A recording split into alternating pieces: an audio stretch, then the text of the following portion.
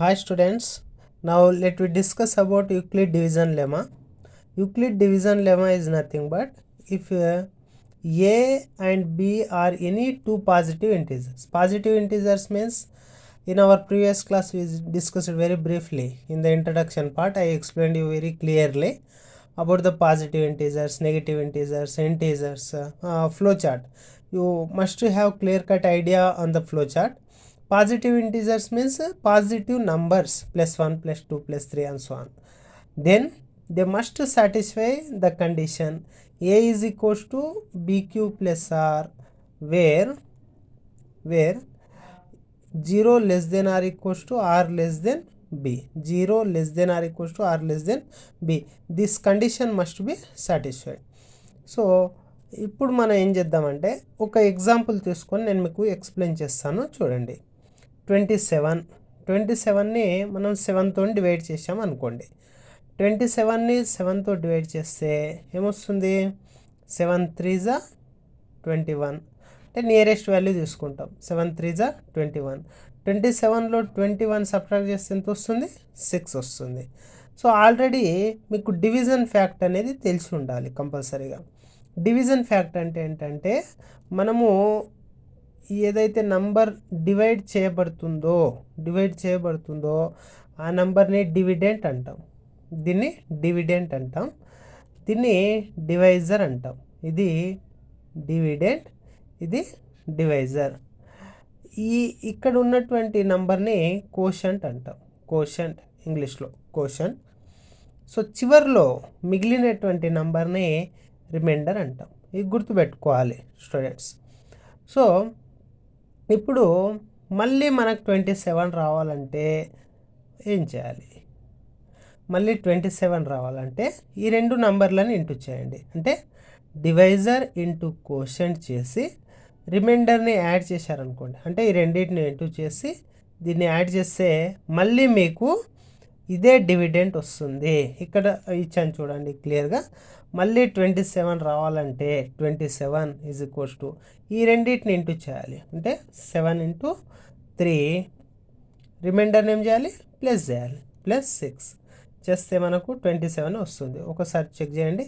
7 3 జా 21. 21కి 6 యాడ్ చేస్తే ఎంత వస్తుంది? 27. Very good. సో దీన్నే మనం డివిజన్ ఫ్యాక్ట్ అంటాం. డివిజన్ ఫ్యాక్ట్ అంటే ఏదో ఈ ఎగ్జాంపుల్కే కాదు, మీరు ఏ ఎగ్జాంపుల్ తీసుకున్నా ఇది వర్తిస్తుంది. ఫర్ ఎగ్జాంపుల్ ఇంకో ఎగ్జాంపుల్ తీసుకుందాం. ఇప్పుడు మనం 35.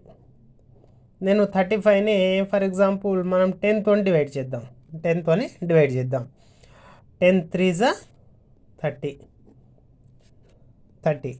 సో రిమైండర్ ఎంత వస్తుంది? 5. రిమైండర్ 5 వస్తుంది. సో దీన్ని డివిడెంట్ అంటాం. ఇది డివైజర్, ఇది కోషంట్, ఇది రిమైండర్. మళ్ళీ 35 రావాలంటే ఏం చేయాలి? అకార్డింగ్ టు డివిజన్ ఫ్యాక్ట్ దాన్ని డివిజన్ ఫ్యాక్ట్ అంటాం. 35 రావాలంటే ఈ 35 అనే నంబర్ మళ్ళీ మనకు వస్తుంది. ఏ విధంగా వస్తుంది? ఈ రెండింటిని ఇంటూ చేయాలి. అంటే 10 ఇంటూ 3. తర్వాత ఏం చేయాలి? ఈ 5ని యాడ్ చేయాలి. +5. ఒకసారి చూడండి. 35 ఈజ్ ఈక్వల్స్ టు 10 3 జా 30. ప్లస్కి ప్లస్ 5కి 5.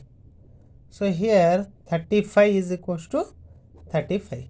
ఇదే ఎగ్జాంపుల్ కాదు, ఇంకో ఎగ్జాంపుల్ కూడా తీసుకుందాం. ఫర్ ఎగ్జాంపుల్ 41 దేనితోనే ఒక 6తోనే మీరు డివైడ్ చేశారు అనుకోండి 41ని. సో 6 6 జా 36. నియరెస్ట్ వాల్యూ తీసుకోవాలి. మైనస్ చేస్తే ఎంత వస్తుంది? 5. మళ్ళీ 41 రావాలంటే ఏం చేయొచ్చు మనం? 41 ఈజ్ ఈక్వల్స్ టు 6 ఇంటూ 6 చేసి ఈ రెండింటి ఇంటూ చేసి దీన్ని యాడ్ చేయాలి. +5. 41 ఈజ్ ఈక్వల్స్ టు 6 6 జా 36 +5. 41 ఈజ్ ఈక్వల్స్ టు 41. అంటే ఇది ఏ డివైడ్ చేసినా, మీరు ఏ ప్రాబ్లం తీసుకున్నా ఎనీ 2 నంబర్స్ని తీసుకొని ఈ విధంగా చెక్ చేస్తే మనకు డివిజన్ ఫ్యాక్ట్ అనేది సాటిస్ఫై అవుతుంది. ఆ డివిజన్ ఫ్యాక్ట్నే యూక్లిడ్ కొంచెం దాన్ని మాడిఫై చేసి యూక్లిడ్ డివిజన్ లెమాగా చేంజ్ చేయడం జరిగింది. సో ఏ విధంగానో ఒకసారి చూద్దాం. సో దీంట్లో 41ని డివిడెంట్ అంటాం, ఇది డివైజర్ అంటాం, ఇది కోషంట్ అంటాం, దీన్ని రిమైండర్గా తీసుకుంటాం. సో ఇప్పుడు ఒకసారి చూద్దాం. ఓకే, ఇది according to Euclid division lemma. Euclid division lemma ప్రకారం యూక్లిడ్ డివిడెంట్ని ఏ అనుకున్నాడు అంటే, డివిడెంట్ అంటే ఏది, ఇక్కడ డివిడెంట్ అంటే 27. ఈ 27ని ఏగా తీసుకోవడం జరిగింది. అంటే ఎనీ నెంబర్ తీసుకున్నా మనకు సాటిస్ఫై అవుతుంది కదా కండిషన్, అందుకని దీన్ని ఏగా తీసుకోవడం జరిగింది. డివైజర్ అంటే మనం డివైడ్ చేసేటటువంటి నంబర్ ఏదైతే ఉందో దాన్ని యూక్లిడ్ బీగా తీసుకోవడం జరిగింది. అంటే ఇక్కడ 7 అనేది బి అవుతుంది అన్నమాట. నెక్స్ట్ కోషంట్ని కోషంట్లో ఫస్ట్ లెటర్ క్యూ కాబట్టి క్యూగా తీసుకోవడం జరిగింది. రిమైండర్లో ఫస్ట్ లెటరు ఆర్ కాబట్టి ఆర్గా తీసుకోవడం జరిగింది. సో ఇక్కడ ఒకసారి అబ్జర్వ్ చేస్తే ఇదే ఎగ్జాంపుల్. ఇప్పుడు ఈ ఎగ్జాంపుల్ని ఒకసారి తీసుకుందాం. మనం 27 7తో డివైడ్ చేసాం. 7 3 = 21. రిమైండర్ ఎంత వచ్చింది? 6. అంటే యూక్లిడ్ ఈ నెంబర్ని ఏ అనుకున్నాడు, దీన్ని బీగా తీసుకోవడం జరిగింది, దీన్ని క్యూగా తీసుకోవడం జరిగింది, దీన్ని ఆర్గా తీసుకోవడం జరిగింది. అంటే మనకి ఏం రావాలి ఇక్కడ? ఫర్ ఎగ్జాంపుల్ 27 అనే నెంబర్ రావడానికి ఏం చేస్తాం మనం? 7 × 3 చేస్తాం. ఈ రెండింటిని ఇంటూ చేసి దీన్ని యాడ్ చేస్తే అది వస్తుందని చెప్పుకున్నాం కదా ఇంతకుముందు, అలాగే. So 27 = 7 × 3 + 6. So no need to write this one again, this step. 27 according to Euclid A. 7ని ఏమనుకున్నాడు? బి. ఇంటూకు ఇంటూ 3ని ఏమనుకున్నాడు అతను? క్యూ. ప్లస్కి ప్లస్. ఆర్ని ఏమని తీసుకున్నాడు? R. A = B into Q plus R. A = B into క్యూని మనము బీక్యూగా రాసుకోవచ్చు. BQ plus R. ఇక్కడ ఒక కండిషన్ ఉంటుంది. కండిషన్ ఏంటంటే 0 ≤ r r b. ఈ యూక్లిడ్ డివిజన్ లెమా రాసిన వెంబడే you must right this condition. ఈ కండిషన్ కంపల్సరీగా రాయాలన్నమాట. కండిషన్ రాయకపోతే మీకు హాఫ్ మార్క్ అనేది కట్ చేయడం జరుగుతుంది 10th క్లాస్ ఎగ్జామ్లో. సో ఎస్ఎస్సి ఎగ్జామ్లో చాలా చాలా ఇంపార్టెంట్. ఓకే, మీకు అర్థమైంది అనుకుంటా. హియర్ మధ్యలో ఉన్న నెంబర్ని ఏ అనుకున్నాడు, దీన్ని బీగా తీసుకోవడం జరిగింది, దీన్ని క్యూగా తీసుకోవడం జరిగింది, దీన్ని ఆర్గా తీసుకోవడం జరిగింది. సో ఈ assumed that dividend as A, divisor as b, quotient as q, and remainder as r. According to division fact, Euclid division lemma. So division fact states that dividend is equals to, here which is the dividend?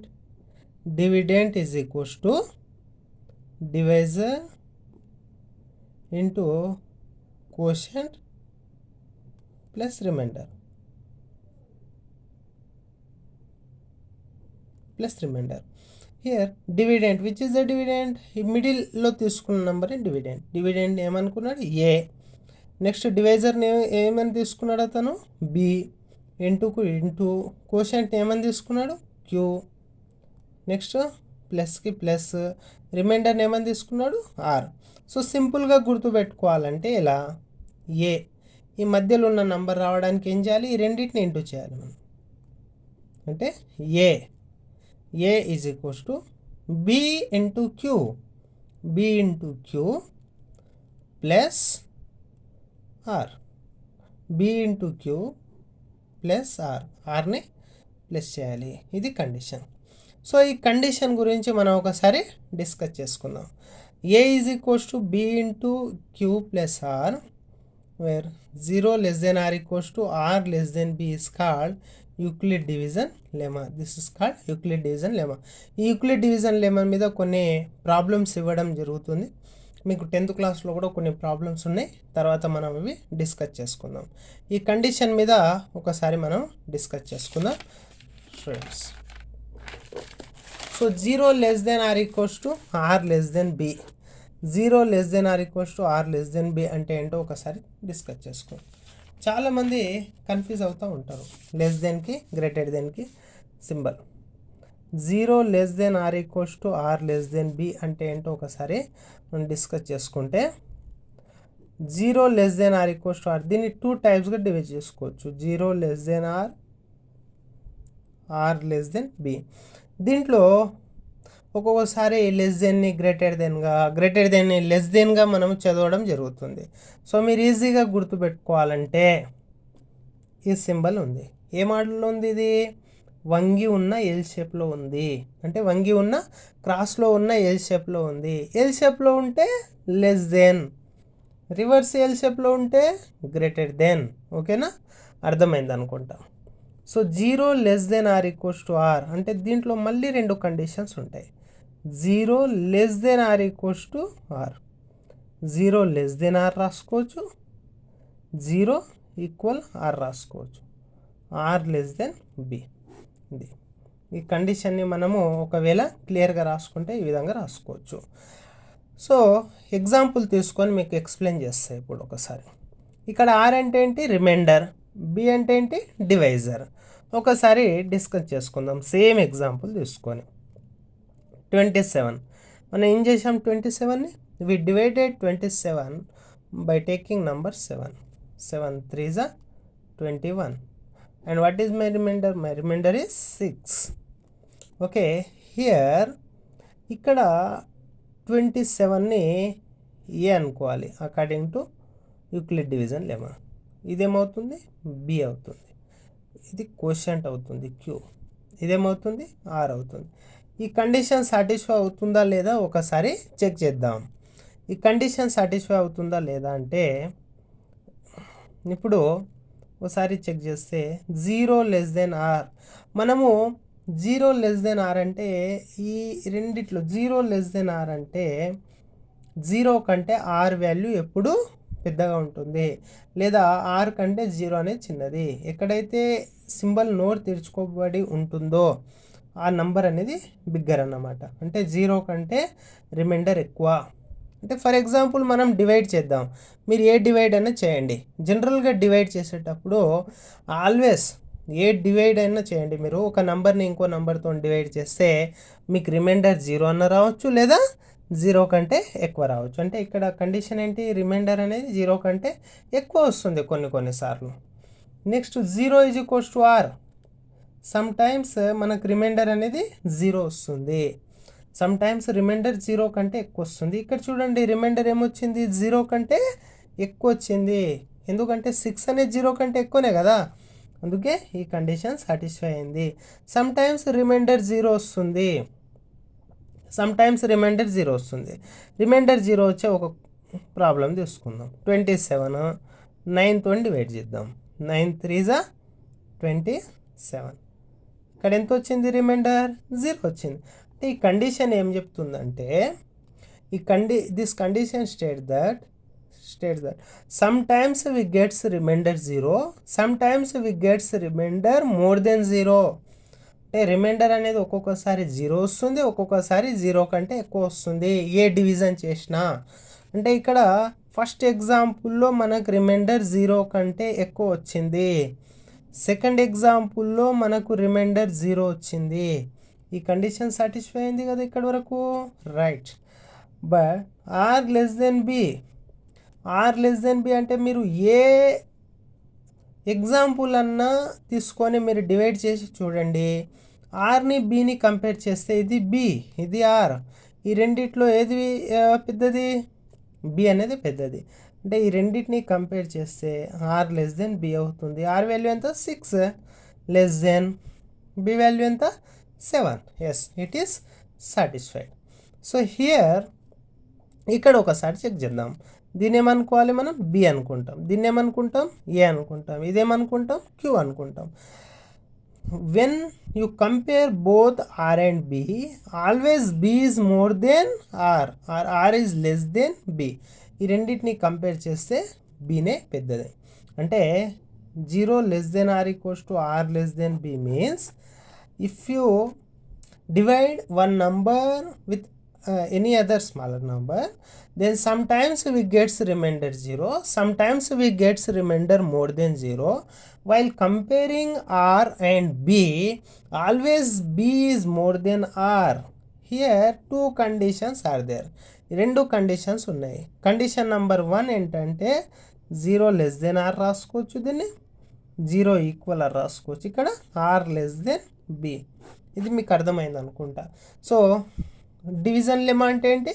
Euclid division lemma is equals to A equals to BQ plus R, where 0 less than or equals to R less than B, it is satisfied for all the division facts. అంటే ఏ divide చేసినా, మనం ఏ విధంగా divide చేసినా, ఏ మాదిరి divide చేసినా ఈ condition అనేది satisfy అవుతుంది.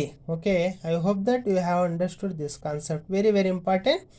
But while writing this one, ఇది కంపల్సరీగా రాయాలి. ఇది తీసుకున్నప్పుడు ఇది ఖచ్చితంగా పక్కన రాస్తే మీకు దీనికే హాఫ్ మార్క్ కేటాయించడం జరుగుతుంది. నెక్స్ట్ తర్వాత దీంట్లో ఇంకా మరి what is the relations between R and Q అని, what is the relationship between R and A అని, అలా రకరకాల క్వశ్చన్స్ అడగడం జరుగుతుంది. So Euclid division lemma is nothing but ఇది డివిజన్ ఫ్యాక్ట్కి బేస్ చేసుకొని తయారు చేసినటువంటి ఒక లెమనే మనము యూక్లిడ్ డివిజన్ లెమా అంటాం. By using Euclid division lemma we can find the HCF of any two numbers easily. అవి నెక్స్ట్ క్లాస్లో మనము బ్రీఫ్గా డిస్కస్ చేసుకుందాం. I hope that you have understood this concept. Thank you student.